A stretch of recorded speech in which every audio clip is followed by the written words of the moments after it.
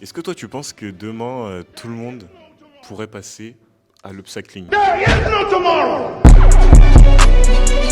Notre ambition avec Resap, c'est de faire en sorte que tout le monde ait un vêtement upcyclé dans son armoire. Toi, tu penses que demain, tout le monde pourrait passer à l'upcycling? Peut-être pas dans la garde-robe intégrale, mais en tout cas dans... Enfin voilà, un coup je prends un nouvel habit qui vient d'être fait, un coup je prends un habit upcyclé, je sais pas si ça se dit. Ouais, si, ça se dit. Bah, c'est l'ambition.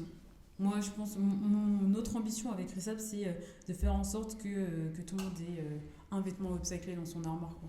Et ou même que plus personne soit surpris quand on leur dit oui, je fais de l'upcycling, ah ouais, c'est quoi, non? Que tout le monde dise, ah ouais, c'est cool, l'upcycling, je connais, Ouais. j'ai acheté ça, ah ok, cool et tout. C'est l'ambition, je pense que c'est totalement réalisable si c'est bien fait, intelligemment fait, etc. Et je pense que de toute façon, quoi qu'il arrive, on n'aura pas le choix que d'avoir des solutions de consommation responsables et durables. Ouais. Bon, moi j'ai une question de développement personnel du coup, parce que c'est un peu les sujets Intéressant. que plaît de personnel.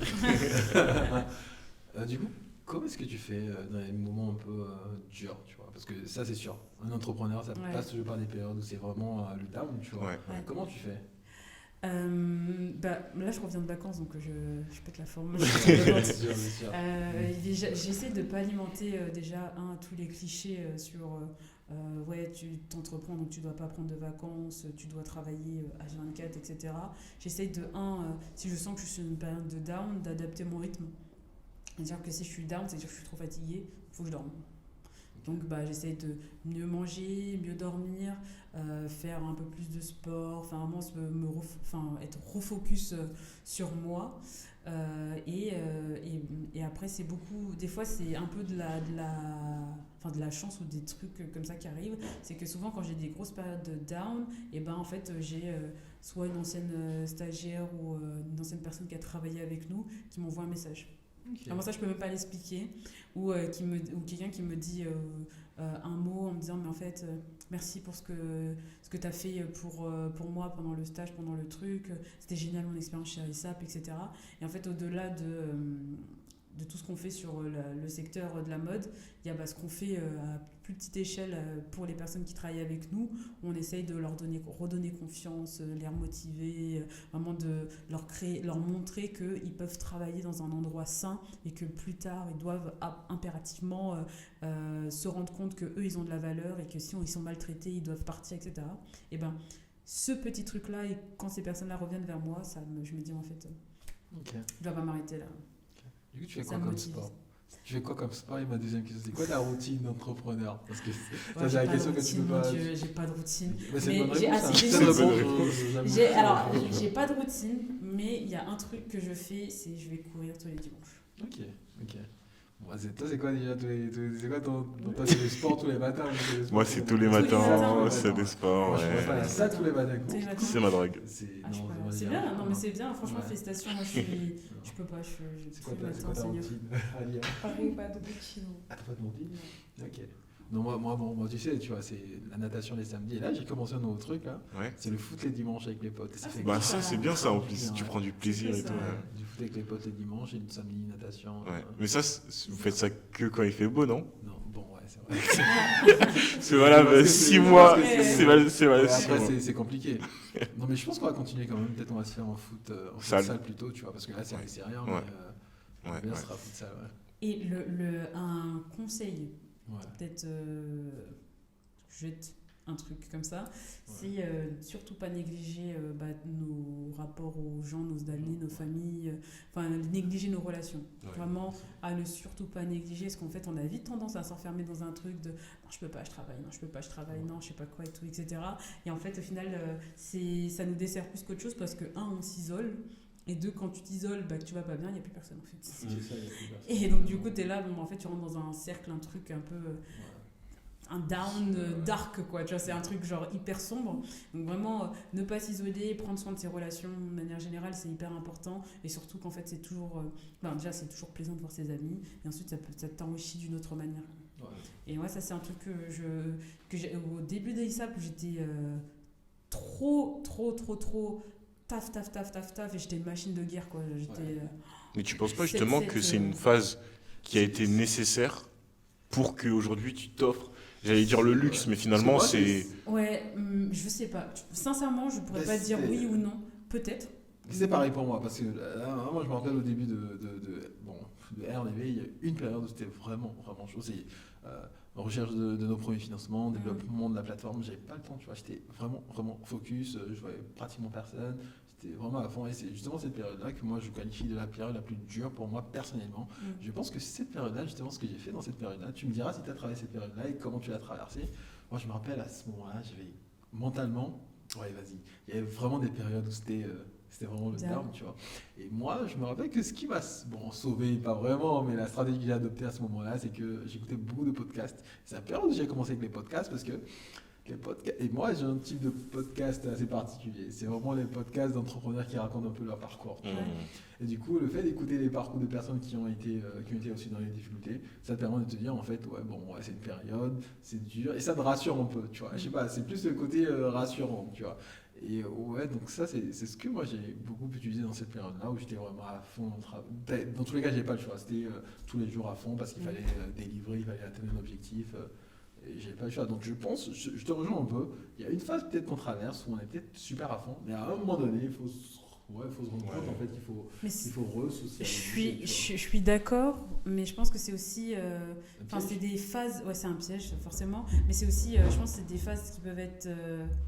Adapté. Là, ça veut, tu vois, pour le coup, je pense pas que ça veut dire qu'aujourd'hui tu travailles plus à fond, tu vois. Moi, je pense que j'ai des phases où je suis vraiment très focus, je suis à fond, et des phases où je lève le pied. Et en fait, dans ces phases où je lève le pied, je vois mes potes, etc.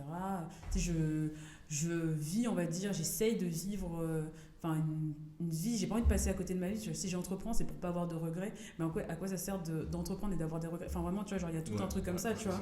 Et donc, du coup, je dis, moi, je veux être au mariage de mes potes. Là, c'est la foire au mariage de mon côté, donc je veux être là. Je veux être là quand ils font des week-ends où on se retrouve tous, parce qu'en fait on est une promo et on est tous restés hyper proches, donc je veux voir tous ces gens-là. Tu vois, genre vraiment ça me tient à cœur, passer du temps avec ma famille, créer des souvenirs avec tous ces gens-là. Et j'ai pas envie de me réveiller dans 10 ans et me dire oui, bon en fait. Tu racontes une anecdote, je sais pas de quoi tu me parles parce que j'étais en train de travailler. Tu vois, genre je pense qu'il y a des moments pour tout, comme dirait ma mère. Maman, elle est pour toi, celle-ci. Il y a un moment pour travailler, il y a un moment pour dormir, il y a un moment pour s'amuser, il y a un moment pour tout. Et je pense que c'est hyper important d'avoir ces moments-là. Et après, réadapter aussi ces moments-là à nos fonctionnements qui sont propres. Parce qu'il y a des gens qui ça va être des machines, ils vont être des machines de guerre tout le temps. Ok, mais dans ton mood machine de guerre, prends du temps pour tes potes. Tu vois, et il y a des gens qui vont être machines de guerre sur une période super courte et à fond ils vont voir personne, mais après prends du temps pour voir tes potes, ta famille, etc. Tu vois. Je pense que c'est plus ça, moi en tout cas ma vision aujourd'hui, et je pense que c'est hyper important de manière générale, même dans la vie. Je pense que l'entourage ça fait beaucoup. Je pense qu'aujourd'hui on est tous là parce qu'on a été bien entourés, tu vois. Genre on a eu sûrement des amis, des parents ou des profs, des frères et sœurs qui nous ont dit lâche rien, t'en es capable, fonce, tu vois. On a cette chance-là que d'autres n'ont pas, et c'est pour ça que je pense qu'il faut chérir ces relations. Ouais.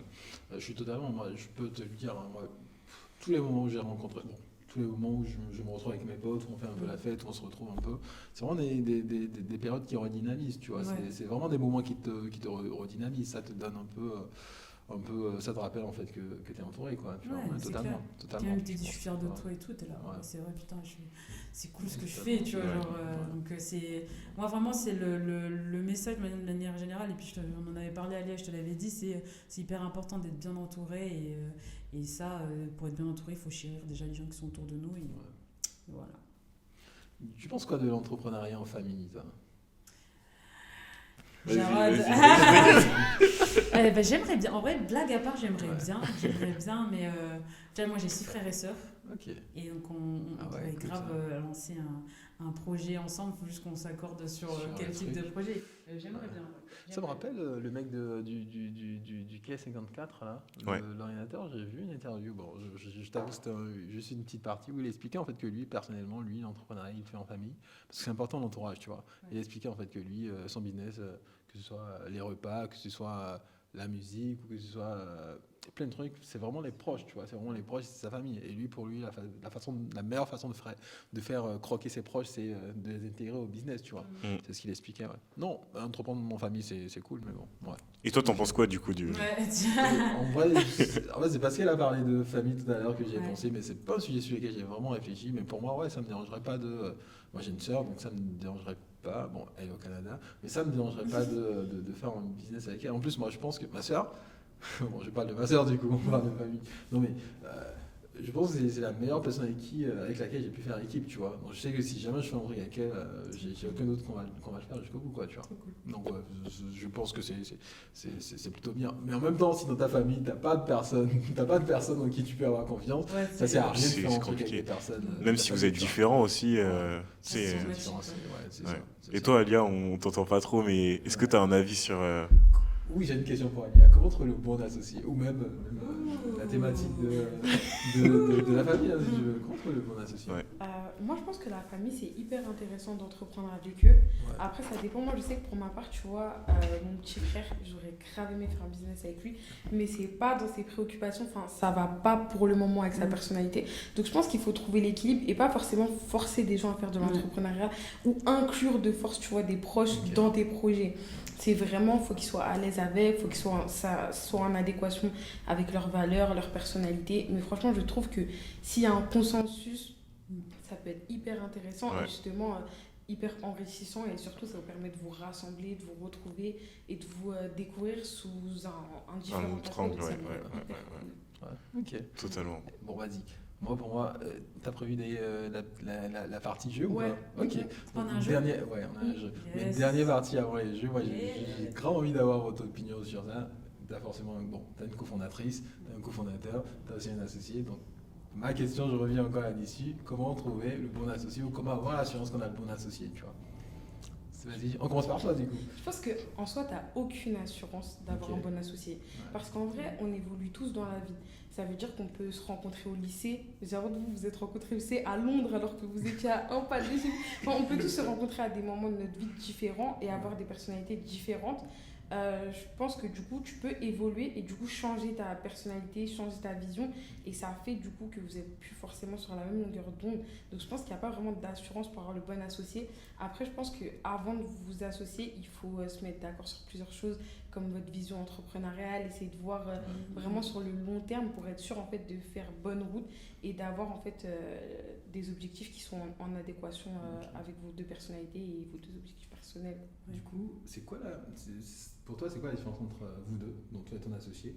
C'est quoi la plus-value de chacun d'entre vous, tu vois? C'est quoi ce que chacun apporte dans la balance? En fait, tu vois, nous, on a des personnalités totalement différentes et du coup des skills totalement différents. Okay. Moi, tu vois, je vais être plus timide, mais je vais être vraiment créative. Donc, c'est moi qui vais m'occuper tu vois, de toute la partie réseaux sociaux, de toute la partie communication, mais aussi de la création des supports, du design et surtout après du B2B. Enfin, je suis une personne très humaine. Donc, une fois que je connais le client, c'est moi qui l'accompagne. Comme vous l'a dit Rawa la dernière fois, je suis vraiment à l'écoute de mes clients. J'essaie de les accompagner et de donner le meilleur de Mohamed. Et Mohamed, lui, il va être très rentre-dedans. Donc, c'est lui qui va gérer les premiers contacts. C'est lui qui va gérer toute la partie où il y a des talks, des choses où il faut s'exprimer. Et même la partie, par exemple, influenceur, c'est lui qui va gérer, c'est lui qui va savoir mettre des limites, etc. Et moi, je vais plus être dans la créa, etc. Donc après ça, je pense que c'est en fonction de vos skills et de vos personnalités. Mais vraiment, nous, on a un équilibre qui est fait comme ça. Moi, je gère une partie des tâches et lui une partie des tâches. Ok. Du coup, question forcément, on te la pose. Moi, je trouve déjà avoir un associé pour moi, ça a été une force. Avoir quelqu'un sur qui me reposer, ça a été une force pour toutes les deux, je pense, d'être à deux. Pour moi, il n'y a pas de formule magique pour trouver un bon associé, comme vient de le dire Alia. Tu peux très bien penser que ça va être génial, au final, ça capote. Mais ce qui est le plus important, je dirais, c'est d'avoir un socle de valeurs commun hyper fort.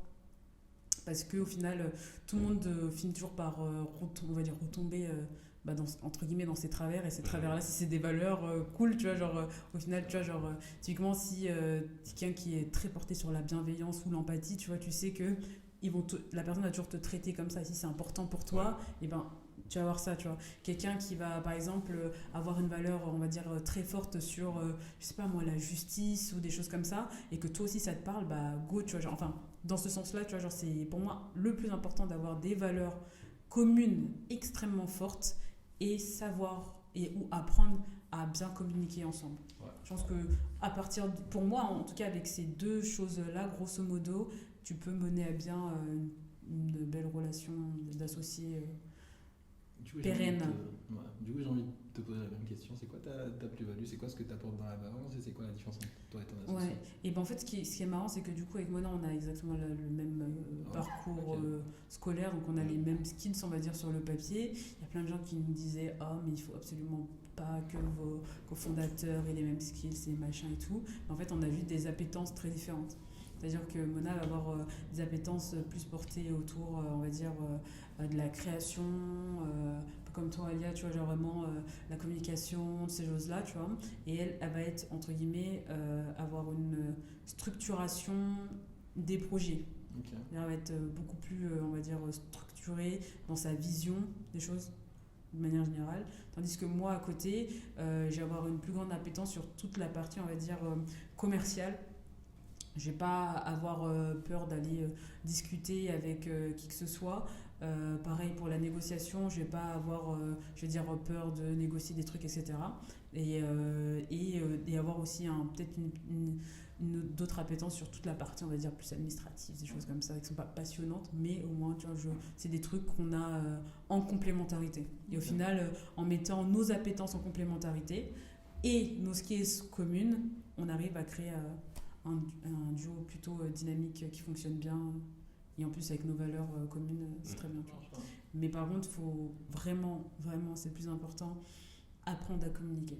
Ouais. Parce qu'il y a tout un mythe autour des associés. Tout à l'heure, tu as dit que souvent les projets mouraient parce que l'entrepreneur abandonne, mais souvent, en fait, c'est juste parce que les associés ne s'entendent plus. Ouais, c'est vrai, il y en a plein comme ça aussi. Ouais, Bon, totalement. Super théorie, tout ça. Ouais. Du coup, En vrai, elles ont un peu tout dit, tout dit, finalement. je suis d'accord. Moi, ce que je voudrais rajouter, c'est des fois, on en parlait tout à l'heure en off, des fois, on a tendance à mettre des plans, enfin, à faire des plans sur la comète, tu vois. Tu vas rencontrer quelqu'un ou même tu vas parler d'un projet avec quelqu'un, vous avez quelque chose en commun et vous allez vous dire, OK, pour parler d'argent, on va générer 10 millions et voilà comment ça se passait. Vous allez faire un plan. Malheureusement, ça se passe jamais Comme ça. Ouais. comme on le prévoit.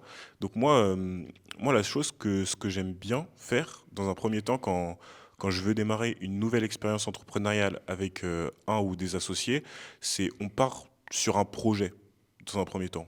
Bien sûr, tout le travail en amont, comme je disais, de même valeur, bien se connaître, etc. C'est important de le faire aussi. Mais au départ, vous partez sur un projet, pas forcément sur un projet d'entreprise, sur un projet. Ça peut être créer un événement, ça peut être créer un site internet, ça peut être créer un blog, peu importe, mais en tout cas quelque chose de petit dans un premier temps, juste pour voir un peu comment la personne ou les personnes vont réagir. Parce que dans la difficulté, des fois tu peux voir déjà en fait, il y a plus personne. Hein. Ouais. Vous allez faire des plans, et première difficulté, fini. C'est comme quand quand tu prévois de partir en voyage, je sais pas si vous l'avez déjà fait, si ça vous est déjà arrivé, il y a le groupe WhatsApp, il y a l'hôtel, il y a le vol, enfin il y a tout, mais quand il faut payer, il n'y a plus personne. Moi, Il y a j'ai plus super personne. drôle, tu vois, mon groupe WhatsApp de foot, tu vois. Il y a une vingtaine de personnes dans le groupe. Ouais. Et quand il faut valider le programme tous les dimanches, vous êtes jamais 20. On est jamais 20. Voilà. Donc, Bah, tu vois. c'est ça. Et donc du coup ce travail-là, pour moi c'est vraiment commencer petit Ouais. et voir comment ça se passe, enfin étape après étape, pas après pas. Et après voilà, quand ça commence à devenir sérieux, là peut-être aller sur des statuts juridiques, aller peut-être sur des choses beaucoup plus concrètes. Mais en tout cas déjà ce travail de commencer petit, Ouais, toi, tu es plus dans le mode, on teste un peu la relation avant de vraiment se lancer. un peu, ouais. Non, non, J'ai oublié, désolé, je t'ai coupé Tommy, mais un truc aussi qui est important, c'est bien comprendre les fonctionnements de l'autre. Je ne l'ai pas dit parce qu'avec du coup Mona, nous on savait déjà comment on fonctionnait parce qu'on a fait d'autres projets avant, du coup. Mais je pense que c'est important de comprendre les fonctionnements de l'autre, sa manière de travailler. Il n'y a pas une bonne ou une mauvaise manière de faire. Il y a juste trouver si on est compatible, où on a encore une fois cette histoire de valeur forte, trouver une compatibilité pour travailler le mieux ensemble. Et ça, par exemple, il y a vraiment tout type de personnalité. Je ne sais pas si vous connaissez le test du MBTI. Et ben, et ben c'est un super Faut le faire, hein, test c'est pas mal, ouais. qui identifie en fait, ça te donne un trait de personnalité, on va dire, il y a 16 personnalités différentes et en fait ça te donne juste des tendances de préférence sur différents axes, entre guillemets. Je sais pas si c'est hyper clair, mais du coup il y a sur certains, au travail du moins, tu vois, il y a des personnes qui vont préférer avoir quelque chose d'ultra structuré, d'autres qui fonctionnent pas du tout dans la structure mais plutôt dans un cadre un peu plus, on va dire, avec des limites un peu plus floues. Il y a des personnes qui ont besoin de beaucoup de détails, d'autres qui ont besoin juste d'avoir grosso modo une idée du projet, des personnes extrêmement extraverties, d'autres beaucoup plus introverties, tu vois. Il y a des personnes qui vont prendre des décisions uniquement basées sur les faits et d'autres qui vont prendre des décisions basées sur les émotions, comment ils se sentent, etc. Et même dans ta manière de communiquer, il faut prendre en considération tous ces trucs-là pour faire en sorte que ça roule correctement. Test de MBTI, super Ouais, super. à faire. Et ça te dit aussi avec quel type de personne t'es compatible, tu vois. Ok. Donc, tu vois un peu la personnalité. Mais bon, en même temps, Moi, je crois pas à cette histoire de compatibilité. Je pense qu'on peut Ouais. tous travailler. Enfin, exactement. je pense qu'on peut tous travailler ensemble, mais potentiellement travailler avec certaines personnes, ça va demander plus d'énergie, quoi. Faut se Je connaître. suis complètement d'accord avec toi. Pour moi, l'intérêt de ce genre de test, c'est de se connaître soi-même. C'est ça. Ouais, C'est ok. de savoir avec c'est quoi ton tempérament, c'est comment Exactement. tes réactions. Mais pas forcément de l'utiliser pour définir exclusivement le type de personne avec lesquelles C'est quoi tu ton vas profil travailler, tu vois. Je me rappelle pas du tout. Ah, Je l'ai fait quand j'étais dommage. encore. Il y a un petit moment, je me rappelle pas du Ouais. tout. Mais je peux le refaire, non? Je vais peut-être le refaire. Je te l'enverrai. Ah ouais, tu me dis, ça C'est quoi ton m'intéresse. profil du coup? Moi, je suis ENFP. Ok, ça correspondait à quoi? C'est inspirateur, je crois, sur Inspirateur, vous les êtes trucs. inspirateur, J'ai oublié les. Parce que moi, j'ai appris les lettres, j'ai pas Ok. appris les trucs sur Ok, les ok. personnages. Ok. Tu vois, et Mona, elle est ENFJ, tu vois. Ok. Je connais son profil, je sais que quand je vais faire des trucs, des fois, elle va dire, là, je sais que, oh là, je vais stresser Mona, tu vois. Ouais. Et elle, quand elle me demande des trucs, elle dit, oh là, je vais stresser Daphné si je lui demande des infos comme ça, tu vois. Et ça, c'est cool, tu vois, de bosser dans ce. Mais quand je prends l'exemple de Jean-François et moi, on est totalement différents. Et c'est vrai, Ouais. comme toi, on a un peu le même parcours, tu vois, une technique et tout ça. On est complètement différents. Moi je suis. Lui, Jean-François, il est carré, tu vois, c'est vraiment le mec. Ouais, ça c'est un carré, tu vois, ça se sent, voit. ouais. Alors que moi, je suis plus. Tu vois, un peu plus libre. Ouais. J'ai des idées un peu qui vont dans tous les sens, mais Jean-François il est plutôt ok, d'accord, mais si on va la mettre en œuvre, est-ce qu'on a ci, ça, Ouais. il y a de fort, tu vois. Donc là, c'est cette complémentarité là qui se fait, qui est plutôt cool, tu vois. Je trouve que c'est bien qu'on est différents et qu'on se complète, tu vois. Je pense que ouais, parfois c'est important si on a envie d'avancer. Je fais le test, et je te redis. Ouais, sur quoi je suis carrément chaude à savoir ouais. ce que Je tu m'en es. rappelle plus. Parce qu'en plus, je me rappelle, dans le temps, en plus on te donne des célébrités qui ont le même tempérament que toi. Ouais, j'ai Quand l'impression que tu t'es finis. ESTP. Ah ouais, tu me diras. ça correspond à quoi le STP? Extraverti, Ok, ouais, plutôt dans les détails.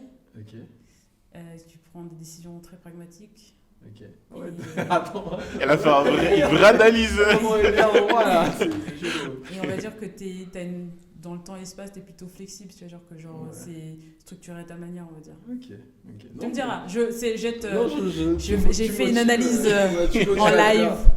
Venez me consulter. Là, ce que tu viens de dire, ça Tu me diras, j'ai correspond l'impression. à peu près Ouais. avec trait de caractère. Moi, je suis très pragmatique. Moi, je suis Et vraiment. le profil, je me demande si c'est pas entrepreneur d'ailleurs. ESTP, c'est Ouais. entrepreneur. Je sais qu'il y a des différents types, entrepreneurs, managers, Ouais. il y a plein de types un peu comme ça que j'ai regardé, mais je me rappelle plus exactement. Tu vois, moi, c'est des trucs auxquels je m'accroche pas, tu vois. C'est cool sur le moment, je lis, je trouve Ouais. que c'est super Mais je pense drôle, que t'es ESTP. mais je vais pas forcément sélectionner en fonction de ça. Tu me diras, Ok. tu pourras dire aussi à la sortie du podcast si j'avais raison ou tort, parce que ça Ok, fait- ok. Si j'ai raison, là, je suis là en mode. Ouais, Trop on chaud. va être, Trop chaud. Je viens de rencontrer Tony, il me fait son profil, bam bam. Désormais, si vous voulez un coach, allez voir. Appelez-moi. Ouais, c'est ça. Non, du coup, je vais le faire. Là, tu m'as motivé, je rentre. Ok. Non, ce soir, je sais pas. Mais dès que je rentre, peut-être ce soir ou demain, je le Vas-y, fais. fais-moi un Et message. puis je te laisse un petit message, je te dirai. Ouais, je suis curieux de voir si t'as raison ou pas. Ok, cool. Bah, du coup, dernière partie, c'était super cool cette discussion. Ouais. Je pense qu'on va entamer peut-être la dernière partie si on n'avait pas d'autres questions. There is no tomorrow.